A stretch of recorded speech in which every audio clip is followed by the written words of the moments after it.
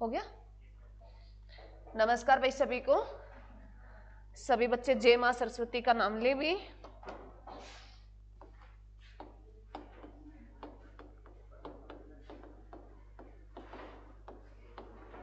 क्या पढ़ रहे हैं मेरे बच्चों?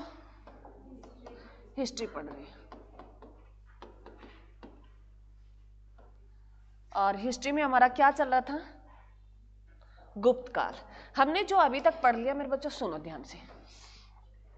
अभी तक हिस्ट्री में हमने पढ़ा है प्राचीन। हिस्ट्री में हमारा क्या चल रहा है? प्राचीन भारत चल रहा है। इतना याद जरूरी है तुम्हें। प्राचीन भारत चल रहा है। प्राचीन भारत में हमने क्या क्या पढ़ लिया? प्राचीन भारत में हमारे टॉपिक हो गए हैं। हमने कौन सा इतिहास पढ़ा? भी प्रयाग ऐतिहासिक काल पढ़ा। प्रयाग ऐतिहासिक काल पढ़ा मेरे बच्चों। इसमें क्या पढ़ा था हमने? इसको क्या बोलते हैं? पाषाण काल भी बोलते हैं। क्या बोलते हैं? पाषाण काल बोलते हैं। पाषाण काल, जिसमें हमने पूर्व पाषाण, नव पाषाण ये पढ़ा। उसके बाद जो हमने आदि ऐतिहासिक पढ़ा,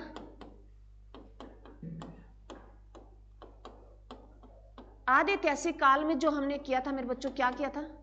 सिंधु सभ्यता की थी। क्या किया था? सिंधु सभ्यता की थी। अब सुनो, प्रयाग ऐतिहासिक काल जो ऐसा टाइम पीरियड जो था जिसके हमें लिखित में कोई साक्ष्य नहीं मिले थे, परंतु लास्ट में कहते हैं मध्य पाषाण काल के जो थे, जो आदिमानव लोग थे, वो कहते हैं चित्रकारी करना सीख गए थे। तो हमें कौन सी गुफा बताती है भी चित्रकारी करना सीख गए थे? कौन सी गुफा बताती है रे? भीमबेटका गुफा। भीमबेटका गुफा कहाँ है मेरे बच्चों? मध्य प्रदेश में है। ठीक है। प्रयाग ऐतिहासिक काल हमें किसकी जानकारी देता है? ऐसे बातें नहीं हुई। प्रयाग ऐतिहासिक काल जो है मेरे बच्चों, ये आदि ऐतिहासिक काल में पढ़ा। प्रयाग ऐतिहासिक काल जिसका हमें लिखित में तो कुछ मिला है, परंतु हम पढ़ नहीं पाए, उस भाषा को हमें पढ़ नहीं पाए। ये नॉर्मल बातें पूछ सकता है तुमसे। तो इसमें हमने सिंधु सभ्यता पढ़ी मेरे बच्चों। सिंधु सभ्यता पढ़ी। सिंधु सभ्यता को 4 नामों से जाना जाता है। सिंधु सभ्यता, हड़प्पा सभ्यता, नगरीय सभ्यता और कांस्य सभ्यता। और जो आदि ऐतिहासिक काल, पाषाण काल को अगर पूछे तो इसे किसका युग कहा जाता है? तांबे युग, तांबा युग। और इसको कौन सा कहा जाता है? कांस्य युग। आगे जो आएगा लोहा युग आएगा। उसके बाद हमने ऐतिहासिक काल पढ़ा। क्या पढ़ा मेरे बच्चों? ऐतिहासिक काल पढ़ा। क्या पढ़ा? ऐतिहासिक काल। ऐतिहासिक काल में हमें बहुत सारी बुक्स मिली है, वेद वगैरह मिले हैं, जिनको हमें पढ़ भी पाए, लिखित में मिला है और हम पढ़ भी पाए थे। उसमें हमने क्या क्या पढ़ा है? वैदिक काल पढ़ा है। वैदिक काल को क्या, कौन सा युग बोला जाता है? लोहा युग बोला जाता है। इसको वैदिक काल को हम कौन सा युग बोलते हैं? कौन सा युग बोलते हैं इसे? लोहा युग बोलते हैं। लोहा युग बोलते हैं। याद रखना मेरे बच्चों, ये नॉर्मल क्वेश्चन आते हैं यहां से। ये नॉर्मल क्वेश्चन जितना मैंने बताया ऐसे क्वेश्चन उठाता है। उसके बाद जो हमने क्या शुरू किया था मेरे बच्चों, बताओ? उसके बाद जो है धार्मिक जो है, हमने धर्म पढ़े। धर्म में हमने कौन कौन से धर्म किए थे? हाँ जी, बौद्ध धर्म किया और जैन धर्म पढ़ा था। उसके बाद हमने क्या पढ़ा? महाजनपद पढ़े। क्या पढ़े? महाजनपद। इसकी संख्या कितनी है मेरे बच्चों?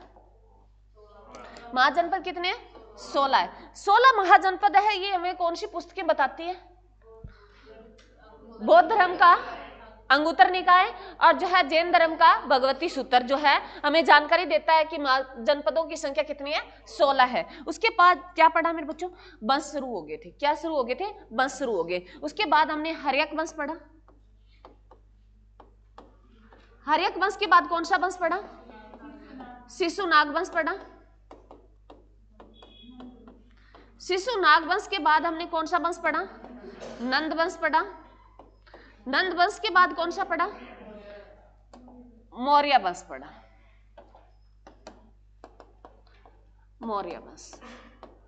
मौर्य वंश के बाद हमने कौन सा पढ़ा? मौर्यतर वंश पढ़ा। कौन सा पढ़ा? मौर्यतर वंश पढ़ा। मौर्यतर वंश में हमने किसका किसका जिक्र किया था? 2 बताए थे तुम्हें। ये ब्राह्मण जो है उसमें हमने क्या पढ़ा? शुंग वंश पढ़ा, कर्ण वंश पढ़ा, सातवाहन वंश पढ़ा। और उसके बाद अन्य वंश में आ गया था, शक वंश आ गए थे, चेदी वंश आ गया था, और कौन सा? कुषाण वंश आ गया था। तो इसमें मैंने बताया भी सातवाहन वंश से याद रखना तुम्हें शीशे के सिक्के सबसे ज्यादा किसने चलाए थे, सातवाहन चलाए थे। और कुषाण का याद रखना मेरे बच्चों, कुषाण वंश में जो कनिष्क राजा प्रतापी राजा रहा है उन्होंने चौथी बौद्ध संगीति दी थी, और जो है उन्होंने और क्या उन्होंने शक समझ चला था वो उसी के टाइम में चला था। और क्या खास बताई थी कनिष्क के टाइम में, एक उसका जो है वो राजवेद कवि हुआ करता था, कौन हुआ करता था, जीवक मेरे बच्चों, ठीक है क्लियर है। उसके बाद हमने कौन सा वंश पढ़ा मेरे बच्चों, गुप्त वंश पढ़ा। मौर्येतर वंश के बाद कौन सा वंश उभर के आता है, गुप्त वंश आता है। कौन सा वंश आता है मेरे बच्चों, गुप्त वंश आता है। गुप्त वंश का याद रखना है मेरे बच्चों, इससे क्वेश्चन पूछा जाएगा, या तो तुमसे ये पूछ लिया जाएगा भी जो किस किस राजा ने कौन कौन सी उपाधि ली। तो हमने गुप्त वंश में 5 मिनट जितना मैं बोलूं उतना एग्जाम में पूछा गया, सारी बातें पूछी गई जितनी मैं बोलती हूँ। गुप्त वंश जिसके जो संस्थापक थे श्रीगुप्त थे, ये पूछा गया है। बाद में ये पूछेगा भी श्रीगुप्त ने जो है कौन सी उपाधि ली थी, इसने आदिराज की उपाधि ली थी, ये लिख लो, नोट कर लो, ये साइड मैंने तुम्हें नहीं कराई। श्रीगुप्त ने किसकी उपाधि ली थी, आदिराज की ली थी। श्रीगुप्त ने आदिराज की उपाधि ली थी। उसके बाद आता है कौन आता है, घटोत्कच आता है। घटोत्कच ने किसकी ली, हाँ महाराजा की उपाधि ली, महाराजा की उपाधि ली। घटोत्कच ने किसकी उपाधि ली थी, महाराजा की। इनके बारे में तो तुम्हें बस ये 2 बातें ध्यान रखनी है, उपाधियां ध्यान रखनी है। संस्थापक कौन थे गुप्त वंश के, श्रीगुप्त थे, उन्होंने किसकी उपाधि ली, आदिराज की उपाधि ली। उसके बाद घटोत्कच जो है वो सेकंड नंबर के आएंगे, परंतु इसने कौन सी उपाधि ली, महाराजा की उपाधि ली, क्लियर। उसके बाद जो आएगा मेरे बच्चों चंद्रगुप्त, हाँ जी चंद्रगुप्त जो प्रथम है मेरे बच्चों, प्रथम से याद रखना मेरे बच्चों, प्रथम क्योंकि चंद्रगुप्त मौर्य भी रहा है तो इसको प्रथम से याद रखते हैं। चंद्रगुप्त जो प्रथम थे इन्हें वास्तविक संस्थापक कहा जाता है किसका, गुप्त वंश का। इसे वास्तविक संस्थापक कहा जाता है किसका, गुप्त वंश का। और इन्होंने उपाधि ली थी वो किसकी ली थी, महाराजा धीराज की उपाधि ली थी, महाराजा धीराज की उपाधि ली थी, क्लियर है। परंतु चंद्रगुप्त जो है इन्होंने महाराजा धीराज की उपाधि ली थी, ये किस कारण ली थी, नहीं शकों को तो किसने हारा है, हाँ द्वितीय ने। उसके बाद जो है मेरे बच्चों चंद्रगुप्त के बारे में तुम्हें खास बात, एक बात और नोट कर लो, मैंने जो तुम्हें लिखाई तो है परंतु बताया है, लिखाया नहीं। इसके टाइम में जो सोने के सिक्के चले थे, सोने के सिक्के वो चंद्रगुप्त द्वितीय है मेरे बच्चों। सोने के सिक्के, सोने के सिक्के किसने चलाए थे, चंद्रगुप्त प्रथम ने सोने के सिक्के चले थे। और खास बात 3 क्वेश्चन बनते हैं इसे, एक तो तुम्हें गुप्त वंश को किस वंश के नाम से जाना जाता है, सवर्ण युग के नाम से जाना जाता है। गुप्त वंश को किस नाम से जाना जाता है, सवर्ण युग। दूसरा पूछे भी सोने के सिक्के सबसे ज्यादा चले थे वो किसके शासन, किस में चले थे, गुप्त वंश में चले थे। वंश पूछे तो गुप्त वंश बताना है, ठीक है। और सोने के सिक्के की शुरुआत करने वाला वो था, वो कौन था, चंद्रगुप्त प्रथम था, क्लियर। उसके बाद जो आता है कौन आता है मेरे बच्चों, समुद्रगुप्त। समुद्रगुप्त, समुद्रगुप्त जिसे भारत का क्या कहा जाता है, नेपोलियन कहा जाता है। इसके बारे में तुम्हें ध्यान रखना है, इसे भारत का क्या कहा जाता है, नेपोलियन कहा जाता है, नेपोलियन है कहा जाता है। और इसे कविराज भी कहा जाता है, इसे क्या कहा जाता है, कविराज भी कहा जाता है। और इसने उपाधि ली थी वो पराक्रम की ली थी, पराक्रमांक की ली थी, क्रमांक की ली थी, है ना। ये पराक्रम, ये पराक्रमांक, ये बहुत बार पूछा गया, तुम्हें याद रखना है। समुद्रगुप्त जो मेरे बच्चों इसे क्या कहा जाता है, वीणा वादक भी कहा जाता है, इसे क्या कहा जाता है, वीणा वादक भी कहा जाता है। ये एग्जाम में क्वेश्चन आए हैं, वीणा वादक भी किसे कहा जाता है, गुप्त वंश के समुद्रगुप्त को, क्लियर। उसके बाद कौन आता है, चंद्रगुप्त द्वितीय आता है। कौन आता है, चंद्रगुप्त द्वितीय आता है। चंद्रगुप्त द्वितीय जो था मेरे बच्चों, इन्होंने इसके शासनकाल में एक तो इन्होंने उपाधि ली थी, किसकी उपाधि ली थी, हाँ जी विक्रमादित्य की उपाधि ली थी, विक्रमादित्य की उपाधि ली थी। ये किस उपलक्ष्य में ली थी इन्होंने, क्योंकि इन्होंने किनको, शकों को हराकर उन्होंने उपाधि ली, कौन सी, विक्रमादित्य की। ये अब जो है दिल्ली पुलिस का एग्जाम हुआ उसमें पूछा गया शिफ्ट में भी है, चंद्रगुप्त द्वितीय ने जो है विक्रमादित्य की उपाधि ली, किनको पराजित करके ली, ये शकों को पराजित करके ली, क्लियर। और इसके बारे में रखना है, सबसे चांदी के सिक्के चले थे वो इसी के शासनकाल में चले थे। चांदी के सिक्के की बात करें इसी के शासनकाल में चले थे। मेहरौली स्तंभ की बात करें, इसी ने बनवाया था, मेहरौली स्तंभ। मेहरौली स्तंभ कहाँ है मेरे बच्चों? दिल्ली में। इतनी बातें याद रखनी है इसकी। उसके बाद कौन आता है? कुमारगुप्त। कुमारगुप्त जो आता है मेरे बच्चों, कुमारगुप्त के बारे में एक ही बात ध्यान रखनी है, कुमारगुप्त के शासन में किस विश्वविद्यालय की? नालंदा विश्वविद्यालय की। नालंदा विश्वविद्यालय की जो स्थापना हुई थी वो किसके शासनकाल में हुई थी? कुमारगुप्त के। और सबसे पहली बार हुणों ने आक्रमण किया था। ये हुण जो है, अभी मैं अब जो तुम्हें अब बस पढ़ाऊंगी उसमें इस हुण का जिक्र करूंगी। सबसे प्रथम बार हुणों ने जो आक्रमण किया था वो किसके शासनकाल में किया था?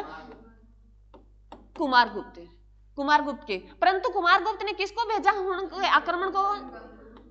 जो उन्होंने आक्रमण किया इसको दबाने के लिए किसको भेजा? हाँ जी, दबाने के लिए किसको भेजा मेरे बच्चों? ये डबल मात्रा लगी, इस पे ध्यान रखना मेरे बच्चों। दबाने के लिए, ठीक है। किसको भेजा? स्कंदगुप्त को। स्कंदगुप्त जो मेरे बच्चों जिसकी हमें जानकारी देता है, कौन देता है? ये मैंने तुम्हें आगे पीछे कर दिया था, जूनागढ़ लेख है मेरे बच्चों। ये मैंने शायद तुम्हें आगे पीछे कर दिया, जूनागढ़ लेख है। एरन अभिलेख भानुगुप्त की जानकारी देता है, जूनागढ़ कर लेना मेरे बच्चों। कौन सा अभिलेख देता है? वहां जूनागढ़ कर लेना, जूनागढ़ अभिलेख है मेरे बच्चों। अभिलेख जानकारी देता है, जूनागढ़ अभिलेख। इसका जो है निर्माण करवाया था वो रुद्रदमन ने करवाया था। स्कंदगुप्त ये वही है ना जो मेरे बच्चों जिन्होंने क्या करवाया? हाँ जी, सुदर्शन झील का जीर्णोद्धार करवाया था। और ये जूनागढ़ अभिलेख जो लिखा है ये रुद्रदमन ने लिखवाया। किसने लिखाया? रुद्रदमन ने लिखाया। भानुगुप्त जो है वो एरन अभिलेख में आएगा, ठीक है। किसी बच्चे को कोई डाउट हो, कोई पूछना चाहता हो, बताना चाहता हो तो बता सकता है बीच में, अगर लगे तो। क्या दोबारा था ये बात दोबारा? ये मैं पीछे का रिपीट करा रही हूं मेरे बच्चों, शायद मैंने तुम्हें एक दो बातें इससे पीछे करूं, ये वाली लाइन। अच्छा देखो सुनो रे, कुमारगुप्त जो मेरे बच्चों किसके बाद आता है? चंद्रगुप्त द्वितीय के बाद आता है। इसके बारे में तुम्हें याद रखना है, इन्होंने नालंदा विश्वविद्यालय की स्थापना की थी। नालंदा विश्वविद्यालय जो कहां पड़ता है? बिहार में पड़ता है। किस शिक्षा के लिए फेमस था? बौद्ध शिक्षा के लिए। बस तीन बातें ये ध्यान रखनी है। एक जो हुण जो जाति के लोग थे, हुण जो थे मेरे बच्चों ये जाति के लोग थे, ये लूट मार मचाने आते थे, बाहर से धन लेके जाना चाहते थे, मतलब पैसा लूटना, जेवरात लूटना, ये उनका मान लो धन लूटना इनका मेन मकसद हुआ करता था।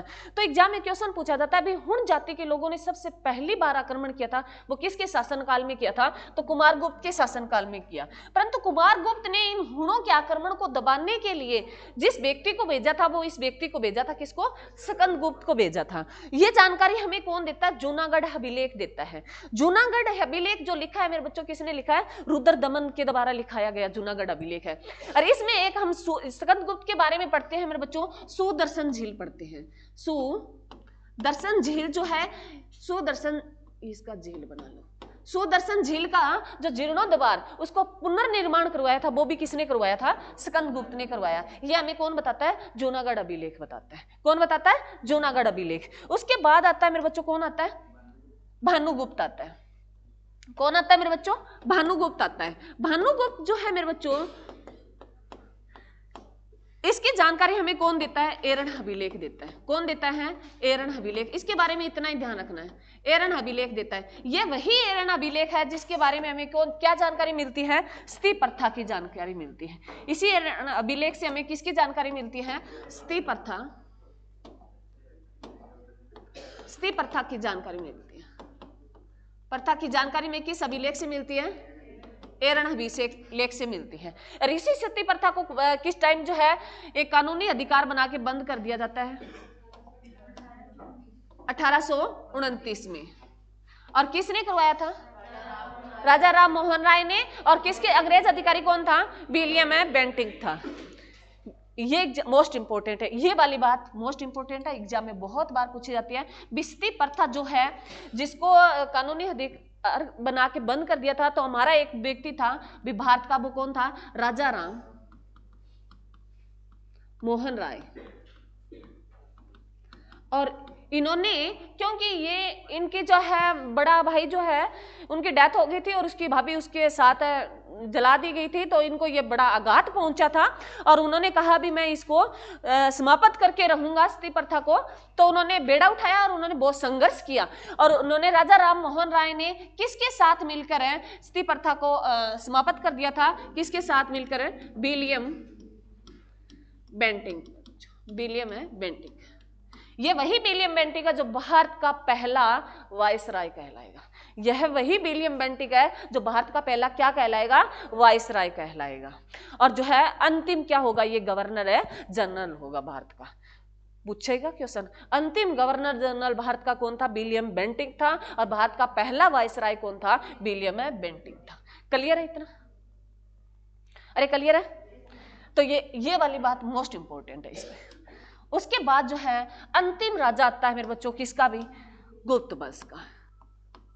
गुप्त वंश का अंतिम जो राजा है कौन आता है मेरे बच्चों? विष्णुगुप्त। तो एग्जाम में ये क्वेश्चन भी पूछा गया है, विष्णुगुप्त।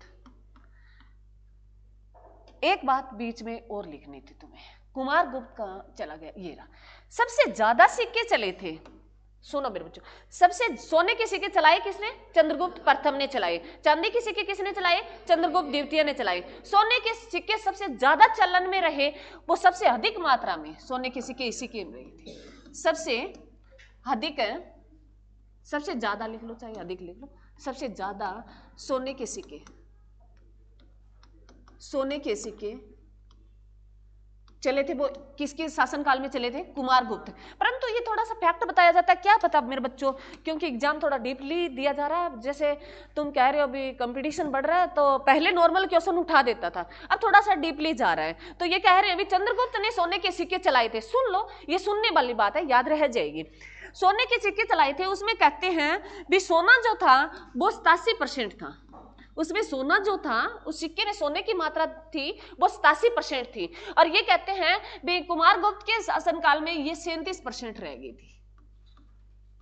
37-28% के आसपास जो है सोने के सिक्के आ गए। भी सोने की मात्रा उसमें कितनी हुआ करती थी? 37% हुआ करती थी। और जब चंद्रगुप्त प्रथम के बारे में चला था तब कहते हैं 87% के आसपास उसमें सोना था। क्लियर है मेरे बच्चा? ये कॉमन बात है, याद रह सकती है।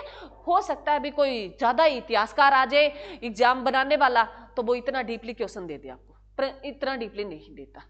ठीक है, ये मोटी मोटी बातें तुम्हें याद रखनी। उसके बाद हमने पढ़ा मेरे बच्चों गुप्त काल की संस्कृति पढ़ी। गुप्त काल की संस्कृति में मैंने तुम्हें बताया भी वही बातें जो हमने ऊपर करके आए हैं, वही बातें हमने बताई थी। विशेष स्वर्ण युग कहा जाता है। सोने के सिक्के सबसे ज्यादा चले थे, वो इसी के शासन में चले। महरौली स्तंभ स्थापित किया इसी के शासन काल में किया। और जो है अजंता जो गुफाएं थी वो इसी के शासन काल में। और जो है अजंता गुफाएं गुप्त काल से संबंधित अगर बात करें तो 16, 17 और 19 नंबर की गुफाएं रही थी। और उसमें बाकी गुफाएं भी गुप्त वंश में आई थी। ठीक है, ये बातें नॉर्मल बातें तुम्हें याद रखनी है। क्लियर मेरे बच्चों? तो उसके बाद जो आज हमारा टॉपिक रहेगा वो गुप्तोत्तर वंश रहेगा। क्योंकि मैंने तुम्हें बताया भी जैसे ही ये साम्राज्य नजदीक जाता है, उनके राजा कमजोर पड़ने लगते हैं, तो उन्हीं के साथ और भी राजा पनपने लग जाते हैं। तो लिखो, तुम्हारा हमारा टॉपिक का नाम लिखो। पहले तो हमारा टॉपिक रहेगा गुप्तोत्तर काल।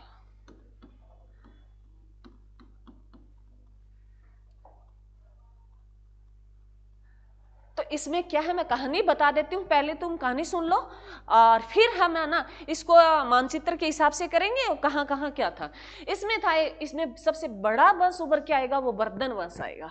बस कौन सा वंश आएगा इसमें? गुप्तोत्तर काल में कौन सा वंश आएगा? वर्धन वंश आएगा। जिसमें तुम पढ़ते हो, ये हरियाणा जीके में भी पढ़ते हो, हर्षवर्धन आएगा, राज्यवर्धन आएगा, प्रभाकर वर्धन जो है उसके संस्थापक है। अभी हमने जिक्र किया भी एरन अभिलेख में किसकी सती प्रथा की जानकारी देता है? एरन अभिलेख, परंतु वो किसके बारे में बताती है? सती प्रथा का उन्होंने कौन सा उद्गार किया? उन्होंने जो हर्षवर्धन के जो पिताजी है प्रभाकर वर्धन है, उसकी माता है यशोदा, उसके बारे में बताती है। भी प्रभाकर वर्धन की जो किसके संस्थापक थे, वो वर्धन वंश के संस्थापक थे, उसकी जानकारी हमें कौन देता है? एरन अभिलेख देता है, सती प्रथा की जानकारी देता है, तो वो उनकी कहानी बताता है। तो उसके बाद जो है कहते हैं उन्होंने वर्धन वंश जो हमारे हरियाणा वाला क्षेत्र अगर थानेश्वर कुरुक्षेत्र वाला एरिया की बात करें तो वो लगभग क्षेत्र था। उसके बाद अगर जो है यूपी में जाके कनौज की बात करें तो कनौज में तुम्हें घरिया बर्मन जो है नाम का एक व्यक्ति होगा, जो हर्षवर्धन की जो बहन होगी, कौन होगी? राजश्री होगी, उसकी शादी घरिया बर्मा के साथ कर दी जाएगी। उसी घरिया बर्मा को जो मालवा का राजा होगा देवगुप्त, उसको जो है क्या कर देगा? उसकी हत्या करवा देगा। किसकी? घरिया बर्मा की। किसकी हत्या करवा देगा? घरिया बर्मा की हत्या करवा देगा। और घरिया बर्मा जो है किसके पति थे? हर्षवर्धन की बहन राजश्री के पति थे। किसके पति थे? जो है हर्षवर्धन की बहन जो राजश्री थी उसके पति थे। उसकी हत्या कौन करवाता है? देवगुप्त कराता है। और देवगुप्त की हत्या फिर कौन करता है? प्रभाकर वर्धन का बड़ा बेटा राज्यवर्धन करता है। परंतु देवगुप्त का जो है, तुम्हें समझ में नहीं आ रहा है? पहले मैं लिखा दी, समझ में आ रहा है अभी? अरे कहानी समझ में आ रही है? चलो हम मानचित्र ले लेते, कोई बात नहीं, अरे कोई बड़ी बात नहीं है। सुनो रे, सुनो, पहले हम लिख ही लेते हैं, फिर उसके बाद कहानी पढ़ाऊंगी तो तुम्हें इंटरेस्टिंग लगेगी, है ना? अब तुम्हें पता नहीं कौन कनौज कहाँ वर्धन, चलो कोई बात नहीं। चलो मेरे बच्चे, ये वाला जो हरियाणा यहाँ पड़ता है हमारा, ये हरियाणा है, तो ये वाला जो एरिया था ये यहाँ कौन सा वंश था मेरे बच्चों? वर्धन वंश था। कौन सा वंश था? वर्धन वंश था। कौन सा वंश? वर्धन वंश। नोट करो, साथ साथ नोट कर लो। ये मानचित्र बना लो, बनाना आता है, कोशिश करो। यहां जो था मेरे बच्चों यूपी वाले क्षेत्र में जो था, लिख लो ये कहानी, फिर याद रह जाएगी तुम्हें। यहां था कनौज, कनौज था। यहां क्या पड़ता है? कनौज पड़ता है मेरे बच्चों, लिखो। कनौज जो है, कनौज इधर अगर देखें वेस्ट बंगाल वाला एरिया है, बांग्लादेश वाला एरिया है। यहां कौन सा वंश पड़ता था भाई? कौन सा वंश भाई? बांग्लादेश वाला एरिया लिखो। यहां कौन सा पड़ता है? मालवा का पड़ता है। यहां मालवा पड़ता है बच्चों, मालवा क्षेत्र पड़ता है, ये बांग्ला क्षेत्र पड़ता है। यहां जो था वो गौड़ वंश था, गौड़ वंश था। यहां जब मालवा था मेरे बच्चों, यहां उत्तर गुप्त था, उत्तर है गुप्त वंश था। लिखो ये। यहां जो थे मेरे बच्चों चालुक्य वंश था। ये महाराष्ट्र वाला और कर्नाटक वाला एरिया चालुक्य वंश था। ये जो वाला वंश था मेरे बच्चों चोल वंश था या पल्लव वंश। लिखो इसको पहले, चोल वंश की बाद में कहानी सुनेंगे, पहले पल्लव वंश लिखो। पल्लव वंश था। चोल वंश भी है, यही चोल वंश है, कोई जरूरी नहीं जिन्होंने लिख दिया कोई दिक्कत नहीं है। ये लो मैं लिख देती हूँ, चोल वंश था। इन्हीं सभी का जिक्र करेंगे, लिखो ये नोट करो सारे।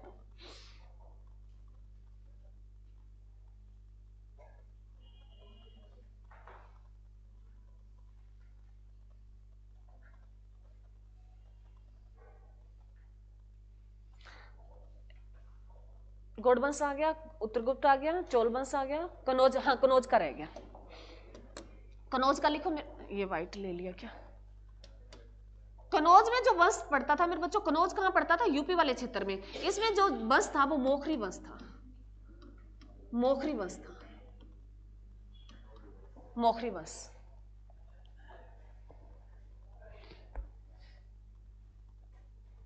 तो तुमसे ये मेरे बच्चों इससे क्वेश्चन अगर तुम्हारी कॉमन सेंस काम करती है तो यहाँ तुम्हें हजारों क्वेश्चन मिलेंगे। देखो तुम्हारी कॉमन सेंस काम करनी चाहिए। मैंने तुम्हें मालवा का पठार बताया, मालवा का पठार आता है ना, अरे पूछा जाता है ना, तो वो यहाँ मध्य प्रदेश वाले क्षेत्र में है। तो इससे तुम इसको आइडिया लगा सकते हो। बाद में अगर तुम्हें मिले भी मालवा पठार कराने हैं तो ये कॉमन सेंस काम करता है, भी कहाँ के आसपास हो सकता है? ये मध्य भारत का जिक्र है तो मध्य प्रदेश और यूपी का कुछ क्षेत्र आ जाता है, तो ये ध्यान रखना होता है तुम्हें। कनौज जो पड़ता है मेरे बच्चों, ये कहाँ पड़ता है? यूपी वाले क्षेत्र में पड़ता है। बर्धन बस अगर की बात करें तो ये कहाँ पड़ता है? थानेश्वर वाला क्षेत्र, कुरुक्षेत्र वाला क्षेत्र है। कुछ यूपी का भी क्षेत्र आता है उसमें, याद रखना ये। बांग्ला क्षेत्र तो ये सारे ही आ जाते हैं। हमारा वेस्ट बंगाल है और बांग्लादेश जो है, और बांग्लादेश अब सुर्खियों में रहा है, सुर्खियों में चल रहा है। किस कारण बताओ? ये तो तुम्हें पता है, बताओ। फिर बहुत इंटरेस्टिंग कहानी है, बस एक कहानी से तुम सुन लोगे तभी हमारा चैप्टर कंप्लीट हो जाएगा। बहुत अच्छी कहानी। बताओ क्यों चल रहा है बांग्लादेश सुर्खियों में, क्यों चल रहा है?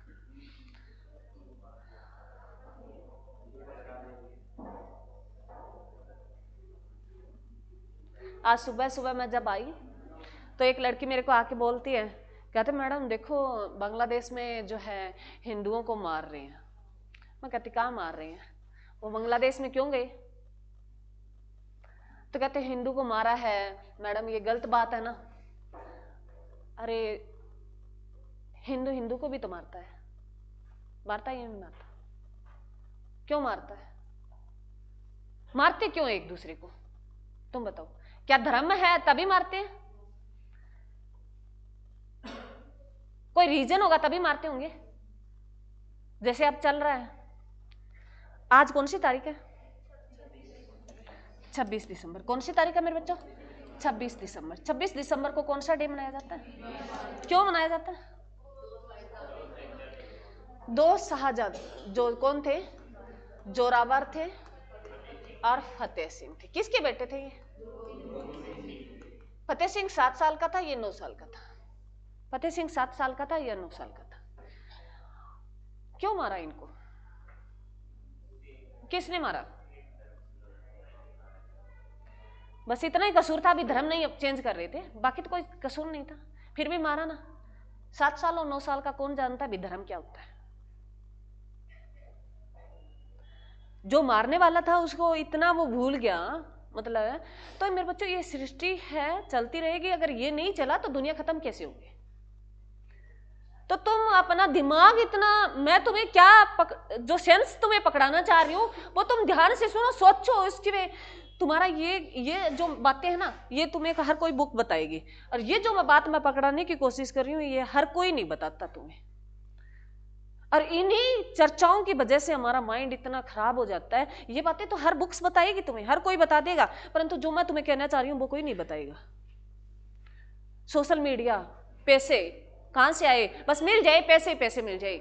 हमें पैसे की पड़ी है, ना कि हमें अपने इस दिमाग की, अपने घर परिवार की सोच में कोई नहीं लगा। बस पैसा मिल जाए, पैसा आ जाए, हमें मोटी कमाई चाहिए। मोटी कमाई समझते हो तुम? अरे मोटी कमाई समझते हो? 2 नंबरी का धन कहीं से आ जाए, बस पैसा आ जाए। पैसा है तो सब कुछ है, ये बात मानती हूं भी। पैसे के बगैर भी कुछ भी नहीं है। पैसा जरूरी है, परंतु पैसा भी एक लिमिट का जरूरी है मेरे बच्चों। क्या जरूरी है? पैसा एक लिमिट तक ही जरूरी है, उससे आगे जरूरी नहीं है। ये बात जो है यहाँ औरंगजेब को पता थी। किसको पता थी? औरंगजेब को।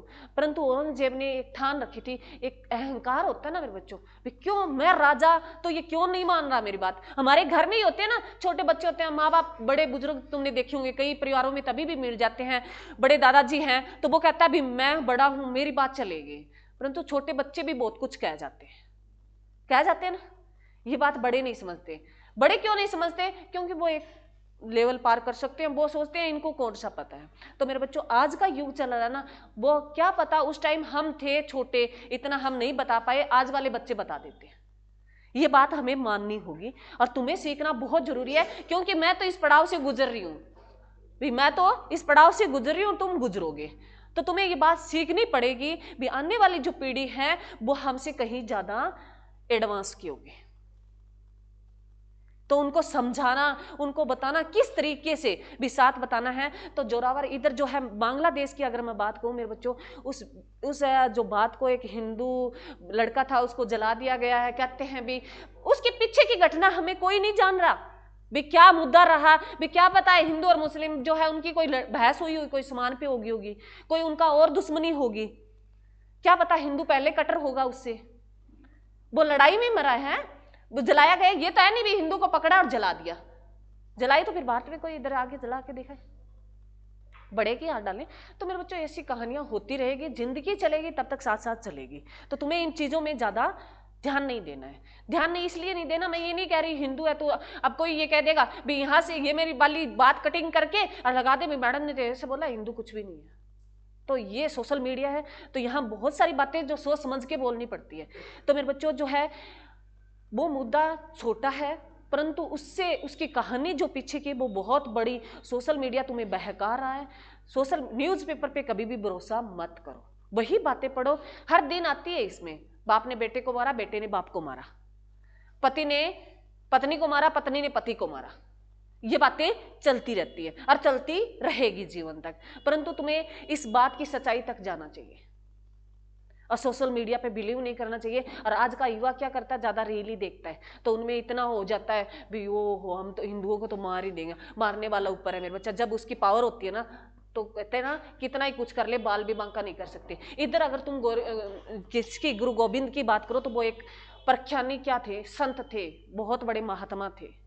तो जो उस मालिक की जो टाइम पीरियड आता है ना, भी उसका समय आता है, तो वो कोई नहीं बचा सकता। गुरु गोविंद सिंह अगर चाहते तो ये अपने बच्चों को बचा सकते थे।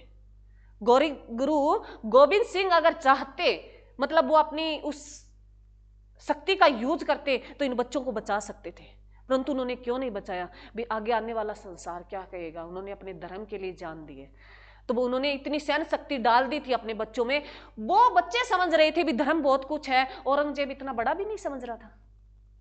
वो बच्चे चिल्ला चिल्ला के बोल रहे थे भी धर्म से कुछ भी नहीं है, आप हमारी जान ले लो, हम धर्म नहीं बदलेंगे। तो औरंगजेब ने इतना ही महसूस नहीं किया, अरे तुम बच्चों की जान ले रहे हैं, तू कहां रहेगा, क्या तेरी उम्र बड़ी हो जाएगी इससे, समझ रहा था ना। परंतु उसमें अहंकार था। क्या था? अहंकार। इसी वजह से रावण ने अपना अहंकार नहीं छोड़ा और उसकी पूरी सोने की लंका। रावण का कोई कसूर नहीं था, कोई कसूर ही नहीं था रावण का, तुम पढ़ो तो। और पहले बताया भी रावण सीता का अपहरण कर ले गया। अरे वो अपनी उसकी बहन थी, उसकी बहन ने राम के साथ शादी करनी चाहिए, उन्होंने कहा भी सीता को उठा दे, उन्होंने उठा दिया। आज भी बहनें अगर अपने भाई को जाके कहते तो उठा देते, पूरे परिवार को उठाते नहीं उठाते। अरे बहन जाके अपने माँ बाप से कह देती है भी उन्होंने गलती की है, उनके परिवार को उठा दे, तो उठा देते हैं भाई, मेरे उठा देते हैं, मेरे भाइयों को अगर मैं कह दूं जाके उठा देते हैं। परंतु मैं शांत कर देते हैं। कई मामले होते हैं, क्योंकि बात तो बतानी पड़ती है ना, घर में क्या पता कौन सा इशू कब हो जाए, तो घर वालों को भी कुछ बातें बतानी पड़ती है। तो उतना जोश होता है मेरे, तो जोश में कुछ भी हो सकता है, ठीक है। तो उन बातों को ज्यादा तुम दिमाग पे हावी मत होने देना। और ये बात ध्यान रखना मेरे बच्चों, इन छोटे बच्चों ने शहादत देती थी, तो अपना धर्म जिस धर्म में हो उसी धर्म का पालन करो। अगर तुम हिंदू में जन्मे हो तो हिंदू का पालन करो, ईसाई में जन्मे हो तो ईसाई का पालन करो, और मुस्लिम जन्मे हो तो मुस्लिम का पालन करो। धर्म धर्म ही होता है, क्योंकि उसी के संस्कार मिले तो हम छोड़ कैसे सकते हैं। परंतु लोग अब बदल रहे हैं, बहुत बड़े लोग होके भी बदल रहे हैं। ईसा मसीह जो लोग जा रहे हैं, मैंने सुना है इधर आसपास के। तो मेरे बच्चों धर्म मत बदलो अपना। इनके ना इनसे तुमने क्या सीखा? तुमने जान गंवानी नहीं सीखनी, उनसे एक विचार पकड़ना है भी हाँ धर्म का पालन करो, अपने धर्म पे। हमारे धर्म में बहुत सारी अच्छी बातें हैं। तो इसके साथ एक करंट का क्वेश्चन बनता है, वो तुम करो पहले। तो ये वाली बात में हम कहानी पहले पढ़ेंगे। तो मेरे बच्चों इस दिन कौन सा डे मनाया जाता है? वीर बाल दिवस मनाया जाता है। तो मेरे बच्चों मद्रास हाईकोर्ट ने, पहले तो बताओ मद्रास किसकी राजधानी है? मद्रास किसकी राजधानी है? चेन्नई की राजधानी है। अरे चेन्नई का नाम बदला गया, मद्रास का नाम बदलकर अब क्या कर दिया गया? चेन्नई कर दिया गया है। और किसकी है ये? तमिलनाडु की राजधानी है मेरे बच्चों। किसकी राजधानी है ये? तमिलनाडु की। अरे तुम बड़े कंफ्यूज होते हो। इसकी हाई कोर्ट ने ये कहा है मेरे बच्चों, पहले सुनो फिर लिखना तुम। भगवत गीता, वेदांत कितने हैं मेरे बच्चों? वेदांत और जो है योग, ये तीनों बातें मैंने लिखी है। सभी बच्चे जानते हैं क्या क्या है? अरे भगवत गीता सभी जानते हैं? क्या है भगवत गीता? कृष्ण भगवान ने अर्जुन को उपदेश दिया, बहुत सारे विचार इसमें लिखे हैं, तो उस भगवत गीता नाम दिया गया उसका। यही है? अरे यही है जिसके अच्छे विचार थे और उन किसी शिष्य को दिया। और जो है इसमें क्या कहा गया? विक्रम करते चलो फल की चिंता मत करो।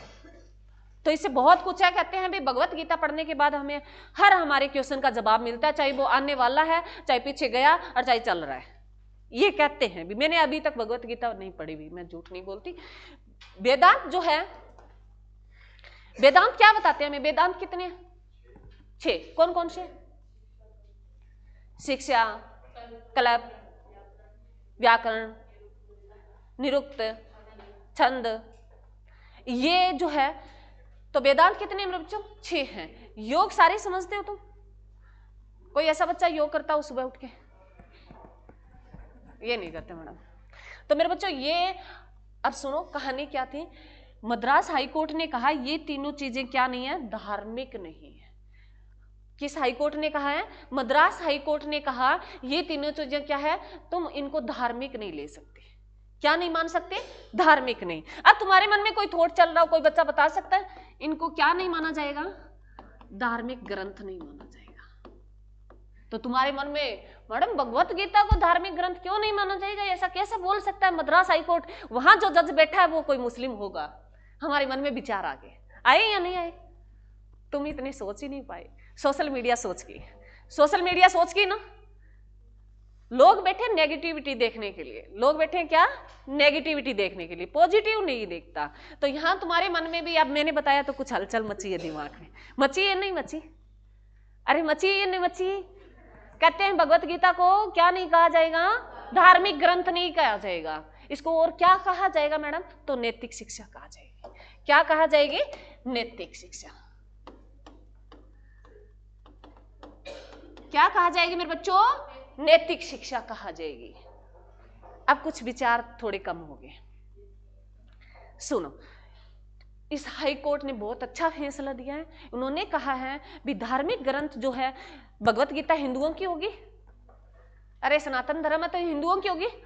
तो हमारे मन में विचार बन गए भी भगवत गीता हमारा धार्मिक ग्रंथ क्यों नहीं हो सकता है? तो जो नेगेटिविटी फैलानी होगी वो कटिंग करेगा, इस बात को वायरल कर देगा। भी मद्रास हाईकोर्ट का जो बैठा है, वहां जज बैठा है, वो हो सकता है कोई मुस्लिम हो सकता है कोई सिख हो, या कोई अन्य ईसाई हो। तो इन्होंने कैसे कह दिया? तो मेरे बच्चों उन्होंने कहा भी भगवत गीता को ना कि एक धार्मिक ग्रंथ माने, उसको क्या माने? नैतिक शिक्षा माने। हर धर्म के लिए उपयोगी है ये। किसके लिए? हर धर्म इसे अपना सकता है। ये भगवान के विचार हैं, जिनको अपने समस्याओं का जो है, उलझने हैं, उनसे निपटारे करने की समस्याओं का जो है समाधान मिलेंगे इनसे। और वेदांत जो है, योग कोई भी कर सकता है, जरूरी नहीं है हिंदुओं ने दिया तो हिंदू ही योग करें बाकी ना करें। अरे ये तो स्वास्थ्य का मैटर है, तो हर किसी को चाहिए स्वस्थ जीवन। तो इन्होंने ऐसी बातें इसके बारे में रखी है। तो तुम्हारे कुछ विचार, मेरे को लगता है भी जो मैं कहना चाह रही थी वो तुम्हारे कुछ शांत हुए। अरे हुए ये नहीं हुए? तो ऐसी बातें मेरे बच्चों, इन चीजों को तुम पकड़ा करो। तुम सोशल मीडिया देखते हो, कोई भी चीज, एक जो है अभी कहानी चली थी, इसी के साथ बता देती हूँ। क्लास में मेरे को कराना तो बहुत कुछ है मेरे बच्चों, चलो मैं बता ही देती हूँ। एक अरावली पर्वत चला था, अरावली पर्वत की कहानी बहुत वायरल हो रही है। अरे हो रही है ना अरावली पर्वत। तुमने भी रील वायरल की होगी, कोई तो बचाओ, कोई स्टेटस लगाया होगा, कोई मैसेज डाला होगा भी बचा लो। फिर कौन कौन गया रे अरावली पर्वत पे बचाने? मैसेज तो कोई हर घर बैठे लगाने वो तो। अरे वो तो घर बैठे लगाने हैं। कौन गया बचाने वहां? घर वाले गए तुम्हारे? ये तुम गए? बचा पाए? फिर वायरल कर दी, बचा लिया तुमने? हवा थी वो, एक क्या थी? हवा थी। जो व्यू बना रहे थे वो बना गए, वो बना गए। और हमने घर वालों को बता दिया। घर वाले, हमारे माँ बाप ये नहीं जानते, अनपढ़, वो तो अरावली पर्वत है क्या भला, वो यही नहीं जानते भी अरावली पर्वत है क्या भला। हमने उनको थोड़ा थोड़ा बताया भी ऐसे ऐसे पहाड़ियां होती है वहाँ, और वहाँ पेड़ पौधे होते हैं। तो क्योंकि मैसेज पढ़ लिया हमने, रील देख ली, उसमें बताया गया भी इधर जो है अरावली पर्वत को खत्म कर दिया तो रेगिस्तान आ जाएगा, आंधियां चलेगी तो मिट्टी आ जाएगी और रेगिस्तान हो जाएगा, और पानी का बहाव आ जाएगा तो सारे कुछ बह जाएंगे। बहना तो है ही एक दिन। जाना या नहीं जाना? क्या अमर रहेंगे? रहेंगे? अंकित कहाँ खो गया? बहुत डीपली चला गया। तो मेरे बच्चों ये कुछ भी नहीं था। यहाँ क्या कहा गया, उन्होंने कहा गया भाई कि उन्होंने कहा 100 फीट नीची पहाड़ियां उनको खत्म कर दो। तो मेरे बच्चों तुम इतना मतलब फैसिलिटी चाह रहे हो, भी बिल्डिंग नया मकान तुड़वा के पुराना मकान तुड़वा के नया बना रहे हो, तो वहां बजरी रोड़ी क्रेशर जो भी सीमेंट वगैरह चीज चलती है वो कहाँ से आती है? अरे सोच के बताओ कहाँ से आती है? पहाड़ों से आती है। और पहाड़ तुम रोक दोगे तो कहाँ से आएगी वो? तुम ये कहो भी अरावली पर्वत को खत्म ना करो तो पहाड़ कहां से लाए? जम्मू से उठाए? तुम्हारा ये माइंड काम करना चाहिए, तुम सोचो उस चीज को। मेरे बच्चों सोचो, क्या सोच रहे हो तुम? क्या ओपिनियन दोगे मेरे को? रील तुमने वायरल कर दी, मैसेज तुमने वायरल कर दिया, अरावली पर्वत को तुमने बचा लिया, घर वाले तुम्हारे वहां गए हुए हैं, तो तुम क्या सोच रहे हो? मकान कहां से बनाओगे तुम? तो मेरे बच्चों सुनो कहानी क्या है। मेरे को पूरा 100% भाई, मैं तो खुद नहीं गई, मैं खुद अरावली पर्वत नहीं गई, तो मैं मतलब कैसे एक होने वाली हूं, परंतु मेरे ओपिनियन कहते हैं। तो मेरे बच्चों अरावली पर्वत क्या पहाड़ है? वो श्रृंखला है। ये श्रृंखला कहां से लेके कहां तक फैली, पहले तो ये बता दो मेरे को। सबसे पुराना अगर भारत का पर्वत कहे तो अरावली पर्वत है। ये क्वेश्चन आता है एग्जाम में, अगर भाई पर्वतमाला जो है सबसे पुरानी भारत की कौन सी है, तो अरावली पर्वतमाला है मेरे बच्चों। ये कहां से लेके कहां तक फैली, कोई बच्चा बता सकता है? ये गुजरात से लेके मेरे बच्चों राजस्थान होते हुए और हमारे हरियाणा, और हरियाणा से दिल्ली मेरे बच्चों। इसमें एक यूटी आता है, 3 राज्य आते हैं। सुनो, इसमें गुजरात से राजस्थान, राजस्थान से हरियाणा, हरियाणा से दिल्ली मेरे बच्चों, यहां तक ये फैली हुई है। तो एग्जाम में बहुत बार पूछता है भी पर्वतमाला कहाँ नहीं फैली, इन तीनों के अलावा कोई और राज्य दे दे, या एक यूटी है इसमें कोई अन्य यूटी दे दे, तो तुमसे क्वेश्चन ऐसा पूछ सकता है। तो कहां कहां फैली है? 3 राज्यों में फैली है, गुजरात, राजस्थान और हरियाणा, हरियाणा के बाद दिल्ली। क्लियर? तो यहां जो मेरे बच्चों आसपास के लोग थे, मैं तुम्हें एक छोटा सा कहानी के तौर पे इस कहानी को समझाऊंगी और इसको खत्म करते हैं मेरे बच्चों। कहानी मेरी कभी खत्म नहीं होगी वैसे तो।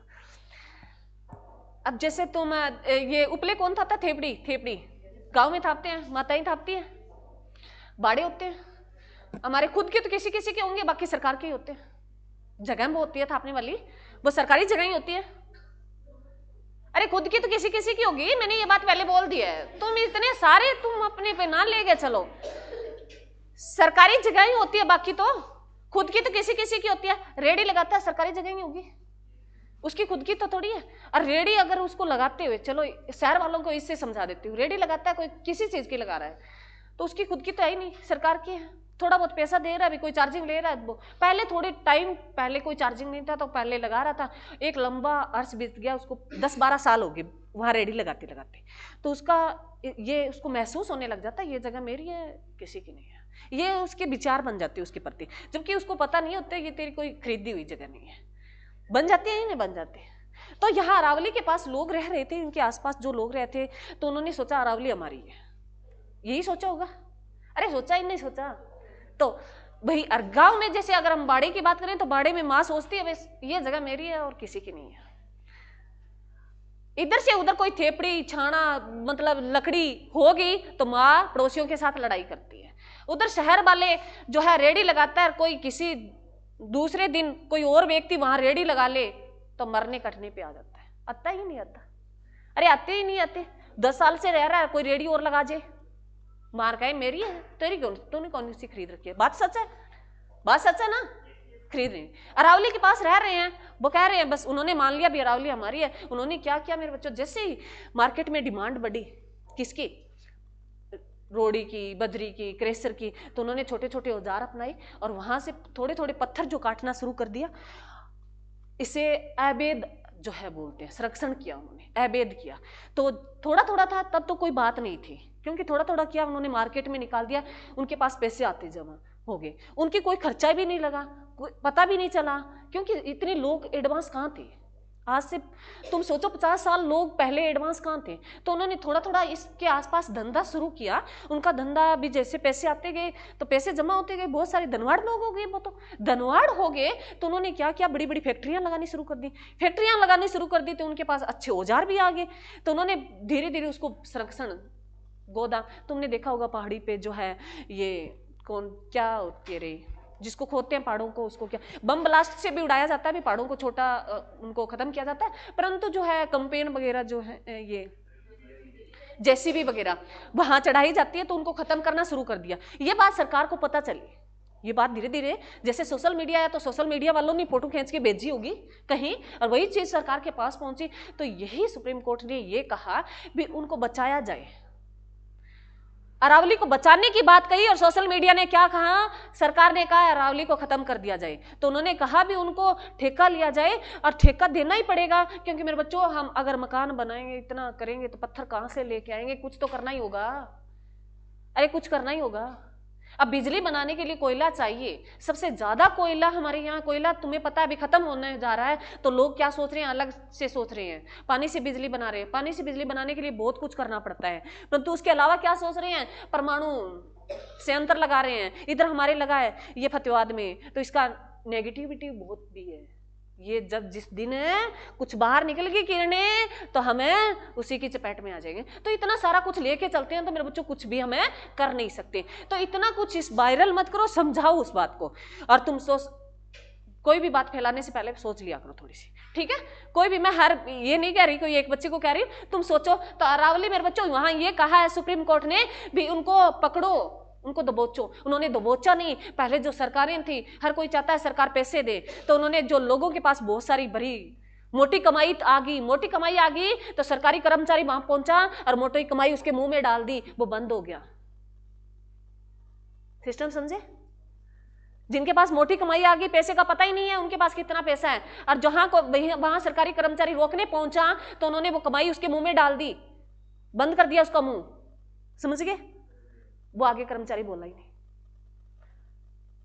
बाद में जैसे जैसे सोशल मीडिया बढ़ा, जैसे जैसे लोग बढ़े, तो उन्होंने कहा भी ये तो गलत हो रहा है, तो कोर्ट तक फैसला पहुंचा, तो उन्होंने कुछ समाधान उठाए और तुमने वायरल कर दिया।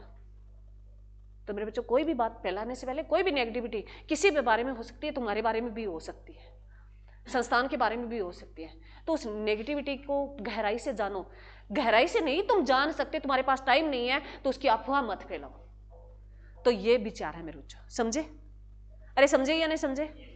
तो ये कहानियां होती है मेरे बच्चों, सोशल मीडिया, हर कोई बात सच्चाई नहीं है, कौन पकड़ सकता है, और छुपा किसी से नहीं है।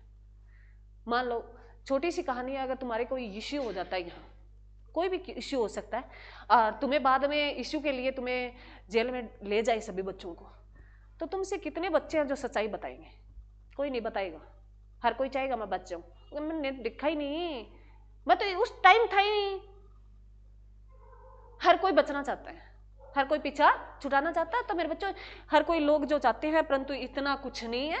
सरकार जो है वो अपने, सरकार को भी पता है, जब सरकार, अरे हम चाहते हैं भी मोदी गलत है, तुम चाहते हो मोदी गलत है, मैं भी चाहती हूँ मोदी गलत है, परंतु मोदी क्या पूरी लाइफ का ठेका ले रखा, मोदी क्या पता कल चला जाए। अरे देश का प्रधानमंत्री क्या पता कल चला जाए, ठेका थोड़ी है मोदी के पास भी, वो कई साल जिएगा।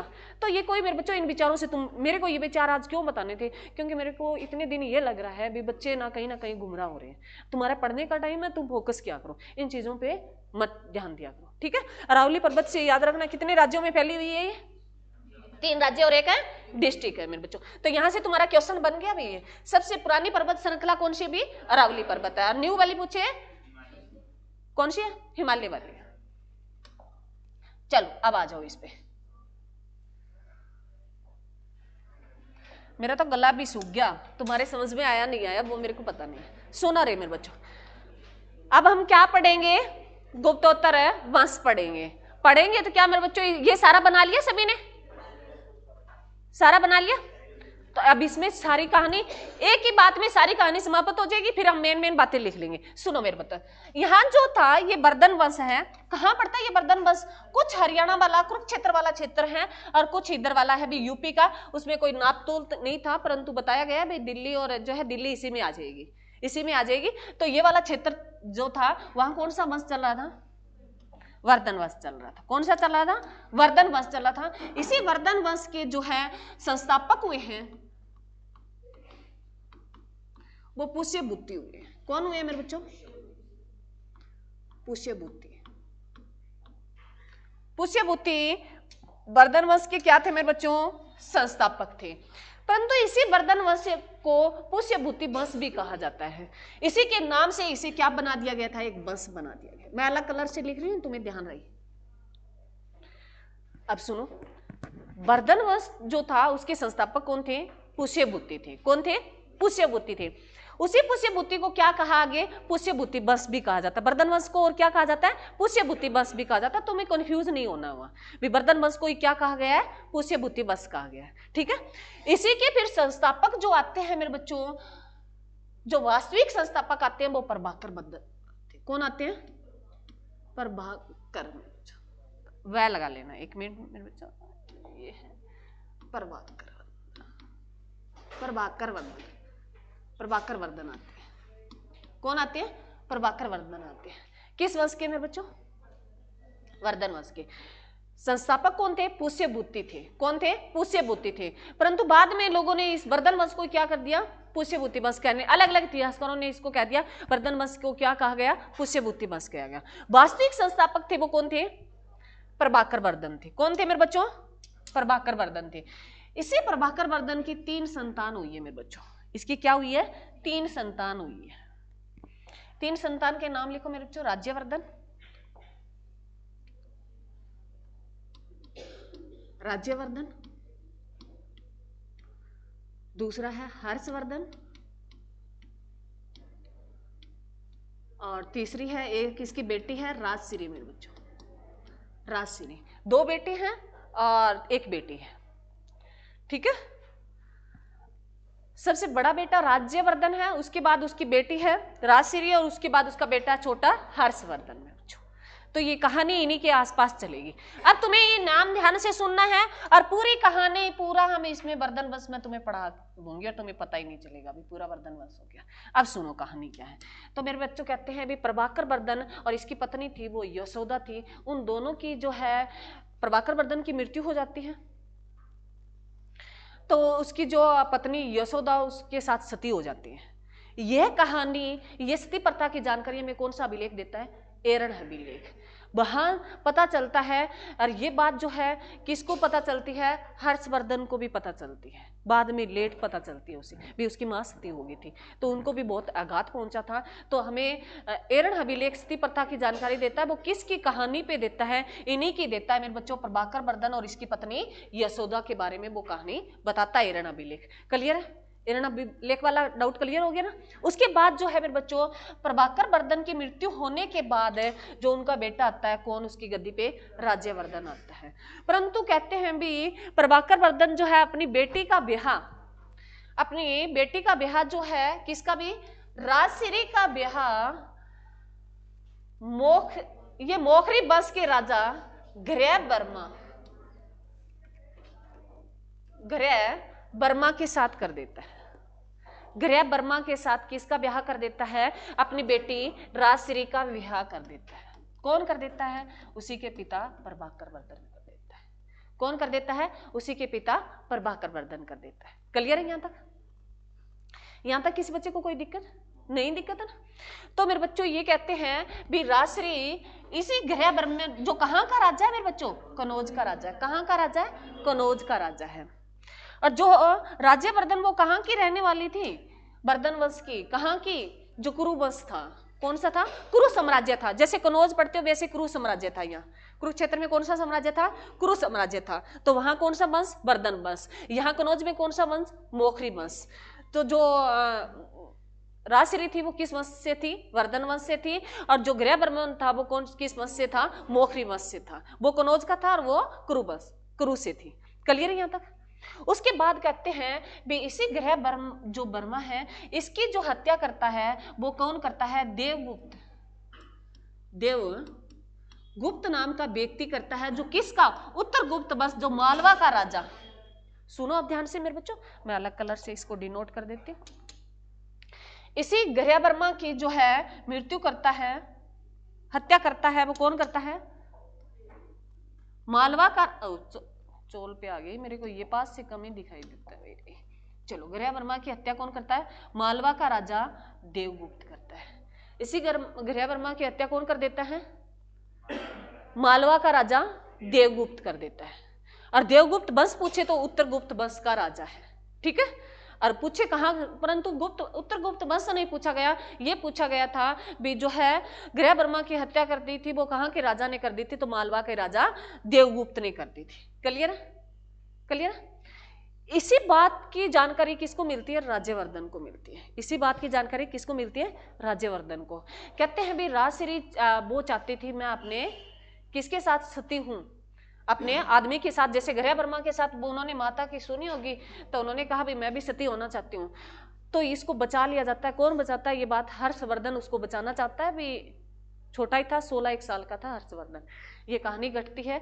तो कहते हैं भी उसको बचा लिया गया, भी सती नहीं होना, तो वो कहते वो उसके मानसिक संतुलन खो चुकी थी और वो जंगलों में चली जाती है। ये तो मनगढ़ंत कहानी है मेरे बच्चों, मैं तुम्हें सच बताऊं, हिस्ट्री मनगढ़ंत कहानी है, ऑथेंटिक बात जो है कम ही पता चलती है। तो वो कहते हैं जंगलों में चलेगी, मानसिक स्थिति खराब होगी, वो उसके साथ सती होना चाहती थी। तो ठीक है, यह तुम्हें याद रखना है। उसके बाद जो ये बात जो है भी गृह वर्मा की हत्या कर दी है किसने, देवगुप्त ने, जो मालवा का राजा है। ये बात किसको पता चलती है, राज्यवर्धन को पता चलती है। और राज्यवर्धन जो है देवगुप्त को मारने के लिए निकल पड़ता है। राज्यवर्धन जो है किसको मारने के लिए निकल पड़ता है, देवगुप्त को मारने के लिए निकल पड़ता है। और जो है राज्यवर्धन है किसकी हत्या कर देगा, देवगुप्त की हत्या कर देगा। राज्यवर्धन किसकी हत्या कर देगा, देवगुप्त की हत्या कर देगा। ये एग्जाम में क्वेश्चन आया है भी देवगुप्त की हत्या कौन करेगा, राज्यवर्धन करेगा। और गृह वर्मा की हत्या कौन करेगा, देवगुप्त करेगा। इतना क्लियर है कहानी, अरे क्लियर है। सुनो अब आगे जो है मेरे बच्चों, ये बात भी देवगुप्त की हत्या कर दी किसने, राज्यवर्धन ने। तो यह बांग्ला वाला क्षेत्र है, यहां जो गौड़ वंश का राजा शशांक, मेरे बच्चों गौड़ वंश का राजा शशांक को यह बात पता चलती है कि देवगुप्त की हत्या राज्यवर्धन ने कर दी है। क्योंकि शशांक जो था वो देवगुप्त का क्या था, धनी दोस्त था, मित्र था। शशांक देवगुप्त का क्या था मेरे बच्चों, मित्र था। क्या था, मित्र था। ये बात खबर किसको मिलती है, शशांक को मिलती है। यह वही शशांक है मेरे बच्चों जो मैंने तुम्हें एक दिन बताना चाहा भी, जब शशांक का जिक्र आएगा तब बताऊंगी, जिसने बोधि वृक्ष को कटवा दिया था। जिसने किस वृक्ष, पहले ये कहानी लिख लो, एग्जाम में बहुत बार है भी, बोधि वृक्ष को अरे क्या लिख दिया, बोधि वृक्ष को कटवाया था किसने, शशांक ने। बोधि वृक्ष कौन सा मेरे बच्चों, जहां महात्मा बुद्ध को ज्ञान की प्राप्ति हुई, जिस वृक्ष के नीचे, कौन सा वृक्ष, पीपल का था, पीपल का वृक्ष जो कहां पड़ता है, जहां महात्मा बुद्ध को क्या हुई थी, महात्मा बुद्ध को ज्ञान प्राप्त हुआ था भी, संबोधन जिसको बोलते हैं, संबोधित बोलते हैं। क्लियर है। तो उस वृक्ष को कौन कटवाता है, शशांक कटवा देता है। किसका मित्र है, देवगुप्त का। और देवगुप्त की हत्या होगी वो किसको पता चलती है, शशांक को। तो शशांक राज्यवर्धन को नुनता देता है, तेरा शाम का खाना हमारे ही है। मित्रता से, प्रेम से बुलाता है, भी तेरा तुमने हत्या करती, तो देव राज्यवर्धन किसको बुलाता है, राज्यवर्धन को। तो राज्यवर्धन को लगता है भी इतना बुला रहा है तो खाने पे तो जाते हैं, हमें बुला ले तो हम चले जाते हैं। तो किस वंश का राजा बुला रहा है, गौड़ वंश का राजा शशांक बुला रहा है राज्यवर्धन को भी, आज खाना हमारे घर ही है। धोखे से राज्यवर्धन की हत्या कर देता है। खाने पे जब वो बैठता है, भी खाने पे बैठते हैं तो हथियार थोड़ी, मतलब पूरी खाने वाली पोजीशन ही लेते हैं, और मतलब धमकी देते तो सामने तैयार होते हैं। सामने वाला हमें गाली गलौज करता है तो हम भी पूरा तैयार होते हैं। और वो प्रेम से बुलाए और प्रेम से बिठाए तो हमारी जो अंदरूनी बातें हैं वो भी हमें प्रेम से ही कहती है, प्रेम से हम बैठ जाते हैं। खाने की थाली पे जैसे बैठता है, शशांक उसकी हत्या कर देता है। किसकी, राज्यवर्धन की। तो राज्यवर्धन की हत्या कौन करता है मेरे बच्चों, हत्या कर देता है कौन, शशांक नाम का व्यक्ति कर देता है, जो गौड़ वंश का राजा है। और किस क्षेत्र में गौड़ वंश था, बंगाल क्षेत्र में। किस क्षेत्र में था, बंगाल क्षेत्र में। क्लियर मेरे बच्चा, यहां तक किसी बच्चे को दिक्कत। जब राज्यवर्धन की हत्या होगी, इधर राजश्री का सुहाग उजड़ गया, राजश्री जो है भाई मानसिक संतुलन खो चुकी है, तो हर्षवर्धन मात्र 16 साल का एक बच्चा। अब इसकी कहानी शुरू होगी मेरे बच्चों। हर्षवर्धन है उस टाइम कहते हैं भी 16 वर्ष का था। क्या था? 16 वर्ष का था। कितने वर्ष का था? 16 वर्ष का था मेरे बच्चों। तो एक 16 वर्ष के बच्चे के सामने उसका माँ बाप चले गए हो, उसका भाई की हत्या कर दी गई हो, उसके बहन का सुहाग छीन गया हो, तो वो क्या करे? तुम सोच के देखो, उस कंडीशन में होते तो तुम क्या करते हैं?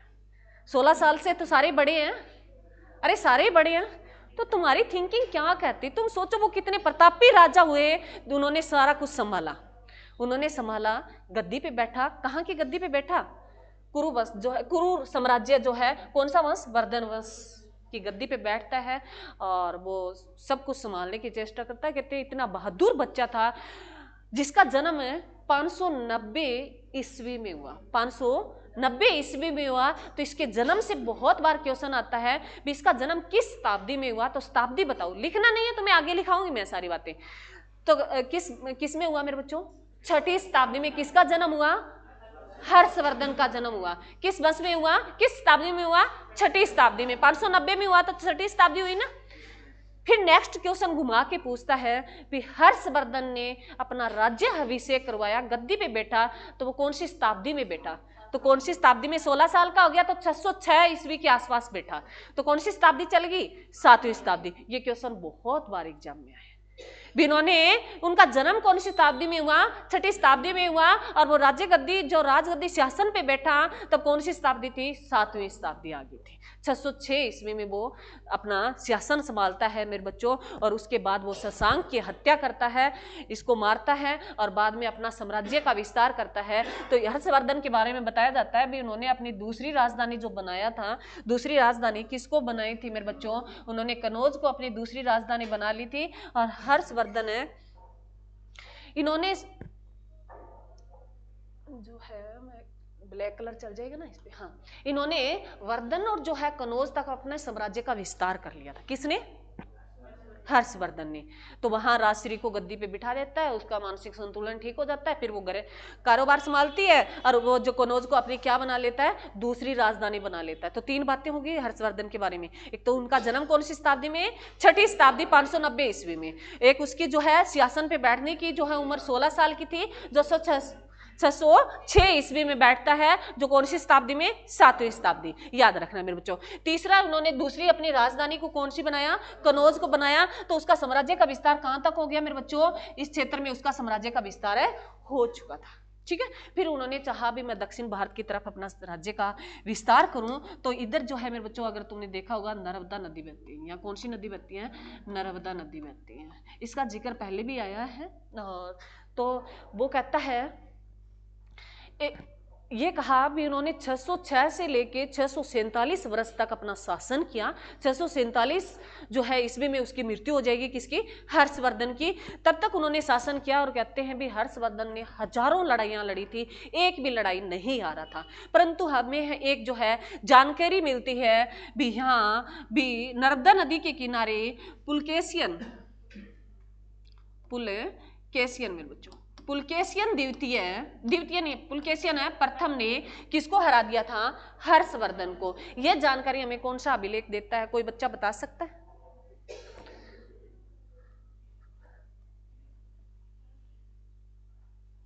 सुनो, पुराने बच्चों से उम्मीद कर रही हूं, नए बच्चों को कह ही नहीं रही। सुनो, मैंने कहानी बताई, दोबारा सुनो मेरे बच्चों। सारी कहानी, तुम्हारे क्वेश्चन सारे क्लियर हो जाएंगे, फिर तो वन लीनियर लिखना ही है भी। जो है हर्षवर्धन कहते भी एक भी लड़ाई नहीं हारा था, परंतु जो है ए होल अभिलेख, कौन सा अभिलेख मेरे बच्चों? ए होल अभिलेख। मैं इधर लिख लेती हूँ भी, कहाँ लिखूं? चलो अलग कलर से यहाँ लिख देती हूँ। कौन सा अभिलेख बताता हमें? ए होल अभिलेख हमें जानकारी देता है भी पुलकेशियन द्वितीय के साथ जो नर्मदा नदी के किनारे जो लड़ाई हुई थी, किसकी? हर्षवर्धन की, वो हार गया था। हर्षवर्धन को हरा दिया था किसने? पुलकेशियन प्रथम ने। किस नदी के किनारे हुई थी? नर्मदा नदी के किनारे हुई थी। ये जानकारी हमें कौन अभिलेख देता है? ए होल अभिलेख देता है। ये बात बताई गई एग्जाम में, यहां से क्वेश्चन आता है।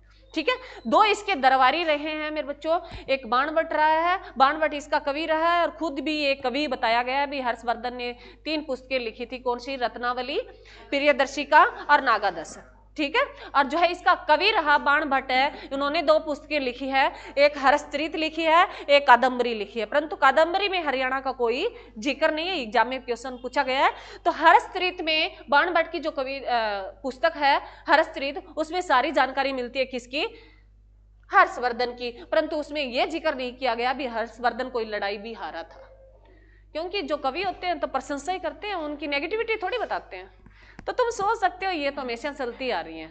मान लो हमारे शासन काल में रह रहे हो, तुम यहाँ रह रहे हो, तो हमारी नेगेटिविटी बाहर थोड़ी बताओगे, हमारी अच्छी बातें बताओगे। नेगेटिविटी बताई तो तुमसे अगला ये कह दे तुम क्यों जा रहे हो, यही होता ना। तो नेगेटिविटी कोई नहीं बताता मेरे बच्चों, तो उसकी प्रशंसा ही करता। तो ये ध्यान रखना। तो हमें कौन सा अभिलेख जानकारी देता है भी हर्षवर्धन है एक बार हारा था, कौन सी नदी, नर्मदा नदी के किनारे जो लड़ाई हुई थी, कौन सा अभिलेख बताता है, ये वाला अभिलेख बताता है। बहुत बार क्वेश्चन आया, ठीक है। तो नर्मदा नदी से क्वेश्चन क्या बताया तुम्हें, बताओ रे, क्वेश्चन तो बताया तुम्हें। भारत की ऐसी 2 नदियां जो अरब सागर में गिरती है, कौन सी नदी, ताप्ती और नर्मदा नदी। बाकी सारी की सारी नदियां कहां गिरती हैं, बंगाल की खाड़ी में। याद रखना, नर्मदा और ताप्ती 2 ऐसी नदियां हैं भारत की जो कहां गिरती है, अरब सागर में गिरती है। बाकी सारी नदियां कहां गिरती है, बंगाल की खाड़ी में गिरती है। परंतु इसके साथ इनकी सहायक नदियां भी आती है कुछ, जैसे माही का बताया मैंने। माही नदी है जो किस रेखा को 2 बार काटती है मेरे बच्चों, कर्क रेखा को 2 बार काटती है। ये क्वेश्चन तुमसे एग्जाम में पूछे गए हैं। अब बताओ भी कहानी तुम्हें अच्छी लगी या नहीं लगी, तो है लगी या नहीं लगी, समझ में आया। मैंने तो तुम्हें भी बहुत कोशिश की है तुम्हारे ओपिनियन बदलने की, तुम्हारे समझाने की। तो ये मेरे बच्चों कल हम इसको सारा का सारा लिखने का काम करेंगे। आज सारी कहानी तुम्हें बता दी, और ये जैसे कहानी बताई मैंने, तुम जब जाओ इस कहानी को रिकॉल करते जाना, तुम्हें एक भी क्वेश्चन तुम्हारा इससे बाहर नहीं जाएगा। क्लियर है, अरे क्लियर है। तो मेरे बच्चों 2 करंट के क्वेश्चन है, वो लिखो पहले तो।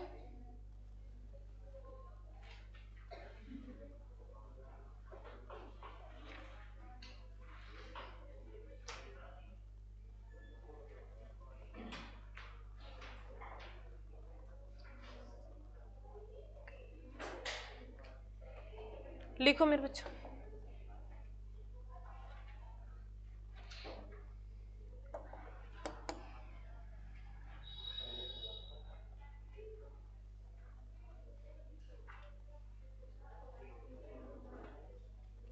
एक पुस्तक जो है चर्चाओं में चल रही है मेरे बच्चों, पहले तो उस पुस्तक का नाम लिखो, द ग्रेट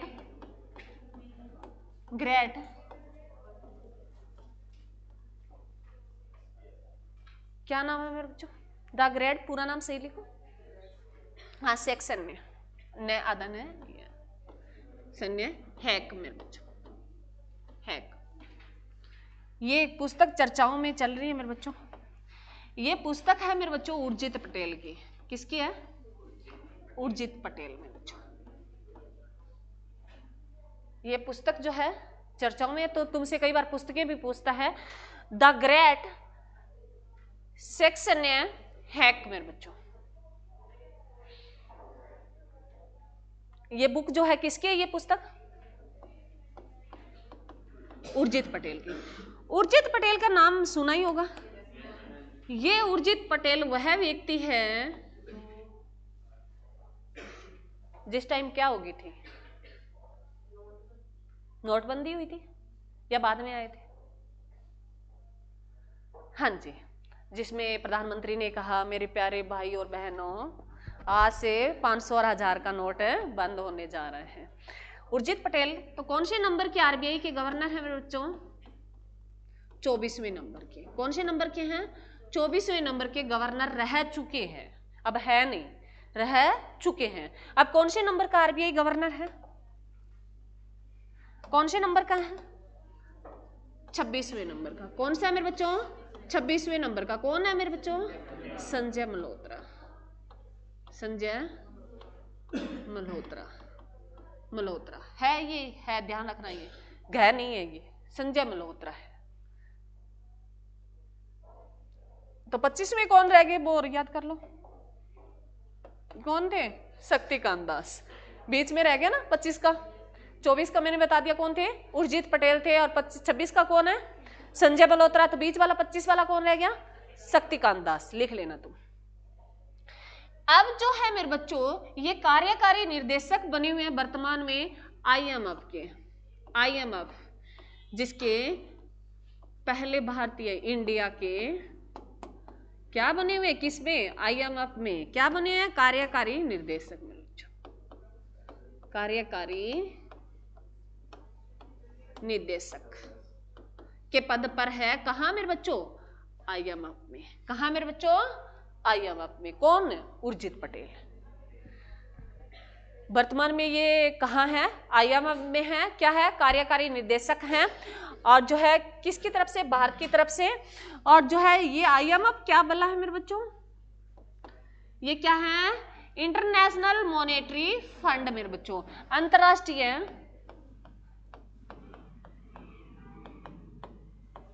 मुद्रा कोष मेरे बच्चों, अंतरराष्ट्रीय मुद्रा कोष, इंटरनेशनल मॉनेटरी फंड है इसकी फुल फॉर्म है मेरे बच्चों, एग्जाम में बहुत बार पूछी जाती है। आईएमएफ की full form international monetary fund मेरे बच्चों, क्या है, इंटरनेशनल मॉनेटरी फंड मेरे बच्चों। हिंदी में अगर करो तो अंतरराष्ट्रीय मुद्रा कोष है मेरे बच्चों, क्या है, अंतरराष्ट्रीय मुद्रा कोष। ये दो संगठन साथ में आते हैं, इसके के साथ ही हम किसका जिक्र करते हैं, वर्ल्ड बैंक का, विश्व बैंक मेरे बच्चों, वर्ल्ड बैंक का भी जिक्र करते हैं। इनकी जो है स्थापना हुई थी, ब्रिटेन वुड्स हुआ था मेरे बच्चों, जो कब हुआ था, 1944 में। ब्रिटेन वुड्स कब हुआ था, 1944 में था। इसकी कहानी बहुत लंबी है, वो मैं आज नहीं बताऊंगी, टाइम हो चुका है। तो ये अस्तित्व में कब आ गए थे दोनों के दोनों, 1945 में। काम करना शुरू कब कर दिया था, 1945 में। इन दोनों का हेडक्वार्टर कहां पड़ता है, अरे बातें नहीं, तुम थक चुके हो, इसका मतलब पीछे भी। आईएमएफ और वर्ल्ड बैंक का हेडक्वार्टर कहां पड़ता है, वॉशिंगटन में पड़ता है। कहां पड़ता है मेरे बच्चों, वॉशिंगटन में पड़ता है। वॉशिंगटन कौन सा मेरे बच्चों, डीसी, वॉशिंगटन है डीसी। वॉशिंगटन डीसी जो है ये किसकी राजधानी है, किसकी कैपिटल है, यूएसए की। किसकी कैपिटल है, यूएसए की मेरे बच्चों। तो आईएमएफ और वर्ल्ड बैंक का हेडक्वार्टर कहां पड़ता है, वॉशिंगटन डीसी में पड़ता है। और वॉशिंगटन डीसी जो किसकी राजधानी है, यूएसए की है। और जो है मेरे बच्चों यूएसए के प्रधानमंत्री कौन है वर्तमान में, राष्ट्रपति, प्रधानमंत्री नहीं, डोनाल्ड ट्रंप। कौन से नंबर के, 47वें नंबर के। कौन से नंबर के, 47वें नंबर के। क्लियर है। कोई बच्चा बता सकता है भी वॉशिंगटन डीसी जो है किस नदी के किनारे शहर बसा हुआ है, पोर्टमैक है, नदी के किनारे बसा हुआ शहर है, कौन सा भी, वॉशिंगटन। ये एग्जाम में बहुत बार पूछा है, लिख लो। मैं जब तक खुद नहीं, मैं नहीं लिखती ना, तुम ही नहीं लिखती। पोर्टमैक नदी में बच्चों, नदी के किनारे बसा हुआ शहर है, कौन सा, वॉशिंगटन डीसी।